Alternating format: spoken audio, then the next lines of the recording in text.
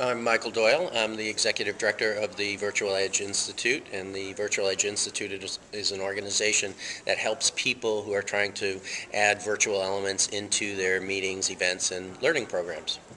And I am Lynn Randall, and I am the managing partner for Randall Insights, and we work with associations, corporations, etc., trying to incorporate virtual elements, engagement, how do you build out a strategy for virtual solutions, adding to your physical events, etc., all kinds of stuff.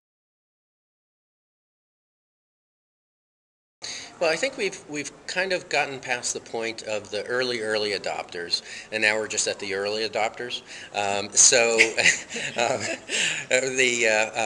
think we're still at that point right now, really, where we're still innovating with this. We're still figuring out how it really works together with, especially with physical programs, hybrid programs. We know the benefits of extending the event, but now it's really more about, okay, how do we make it a richer experience, drive more engagement? Mm-hmm. Yeah, I think that the engagement piece truly is the thing that has changed most recently.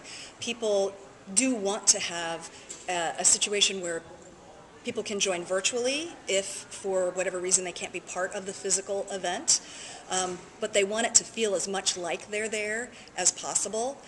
The other thing that I think that we're seeing is, and we had a lot of conversation about this actually in our session, is that people are using the virtual experience to drive attendance to their physical events in the following years. So it's a really wonderful marketing tool to help get people engaged, involved, talking to each other, and then attending the physical in the future.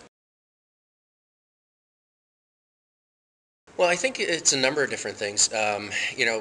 Originally, I think the biggest thing was that people just didn't, after the economic crisis, travel budgets got cut, and marketing budgets got cut, and training budgets got cut, and meeting budgets, everything got cut. And that was really the initial big driver, even though virtual event technologies have been around for years.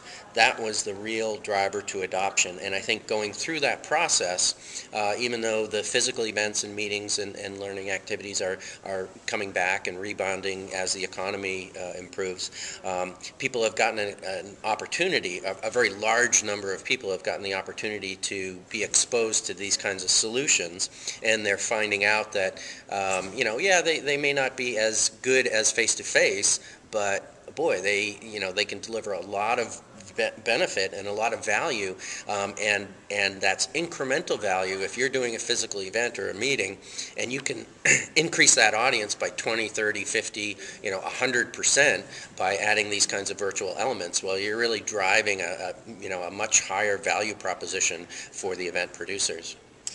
I think that is definitely one of the main drivers. But another interesting aspect is that there is a way to make virtual an actual revenue component. So you can find a revenue stream out of the addition of virtual events by charging fees for attendees if it's not a captured audience like an employee audience. For associations, you can charge a fee, probably not as much as the physical, but then you can also get sponsorship dollars. So you have two new revenue sources, and I think people are it's dawning on them that this is a way maybe to help pay for some of the other pieces that were cut previously because their budgets went away or shrunk. Well, I think that, I like to quote Alan Kay, who created K-Pro computers and all these other technologies out there, and he said the best way to predict the future is go out and invent it. And I think that's the opportunity that we have in this industry, the meetings industry, the events industry, is to take the technology that's out there, which will continue to improve and will go places that we don't even imagine today. So 3 years from now we'll have incredible technology to play with. But I think it's really to be able to take the best practices of creating, designing, creating, and producing quality engagements into the digital world from the physical world. And I think that's the part that I'm most excited about. It's not the technology developments, it's getting the people like at PCMA to really say, okay, I'm past the fear. I'm, past the point that I don't really know where I belong in this. These are my meetings. These are my events. These are my engagements. And this is just a technology that's going to allow me to get outside the walls of this convention center and bring that, bring that event experience to a much, much larger audience. Mm-hmm.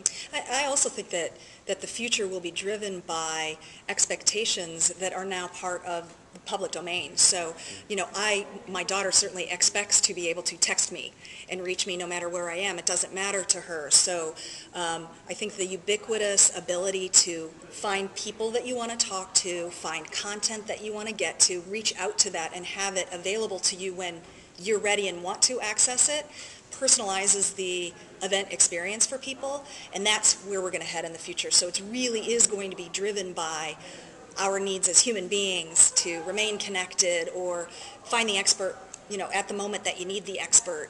So our human behavior will be a big aspect of what happens in the change with adding digital.